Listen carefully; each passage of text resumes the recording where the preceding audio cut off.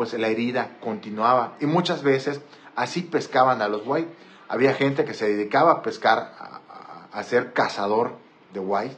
Entonces, cuando uno de estos seres, uno de estos brujos, un transformista, estaba asediando un pueblo, estaba fastidiando un pueblo, ¿qué normalmente hacían? Se comían a los animales de los patios, acechaban a las mujeres cuando se iban a bañar, porque recuerden que los baños en las casas no estaban dentro de las casas, había que salir de la casa e ir al baño. Entonces, cuando las mujeres iban al baño, sobre todo, estos seres andaban ahí espiándolas. Y es ahí cuando, pues, esos cazadores lograban atinar algún tipo de golpe, ya sea con un arma curada, y cuando el animal gritaba y lograban ver dónde le pegó, ya sea el cartucho o el machetazo o lo que sea, si le hirió una oreja, un ojo, un brazo, cuando al día siguiente alguno de los vecinos del lugar, porque normalmente era vecino del lugar, aparecía herido o estaba en el hospital o en algún lado, o decían, ¿sabes qué? Se murió desangrado tal vecino porque se hirió con alguna cosa, ¿no?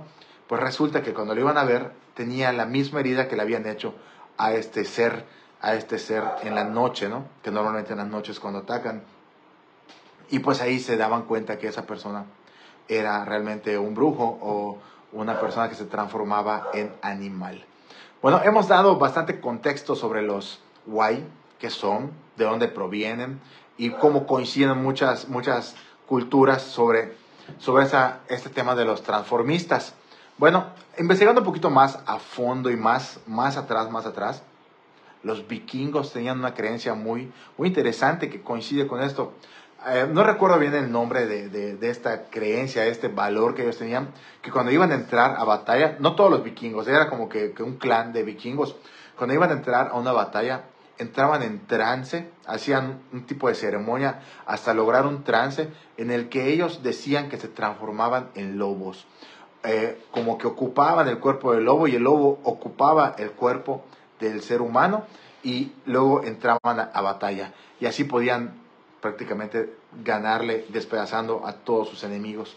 Entonces es muy interesante cómo desde la época de los vikingos, desde la época de los navajos en Norteamérica, en la época de los mayas, ya se conocía todo este tema de los Wai. Y para todos los que no habían escuchado esta parte, Wai para los mayas no era brujo, era un ser que nacía junto con la persona, era una dualidad, un animal, un protector que tenían las personas y se podía ir desarrollando. Pero con el tema de la religión, pues se fue convirtiendo en algo visto mal, ¿no? Entonces, pues ya se volvió como que un tema anticristiano, por así decirlo, ¿no?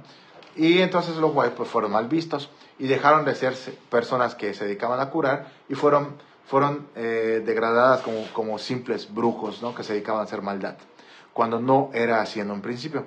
Pero lo interesante es que hay muchas leyendas. Las leyendas de Yucatán nos cuentan que estos seres han habitado desde la época muy antigua los montes y los caminos. Entonces, pobre de aquella persona que se atraviesa en el camino de un Wai, porque puede tener graves consecuencias hasta acabar con su vida.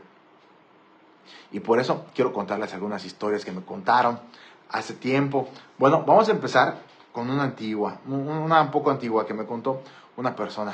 Y como les decía, las leyendas van variando de persona en persona porque se cuentan de manera oral y también va a depender del lugar donde se cuenten. No es lo mismo que te cuenten una leyenda que sucedió en el municipio de Humán, que sucedió en el municipio de Jomún, que sucedió en el municipio de, no sé, en un municipio más alejado, más al fondo, ¿no? Tecash, por ejemplo.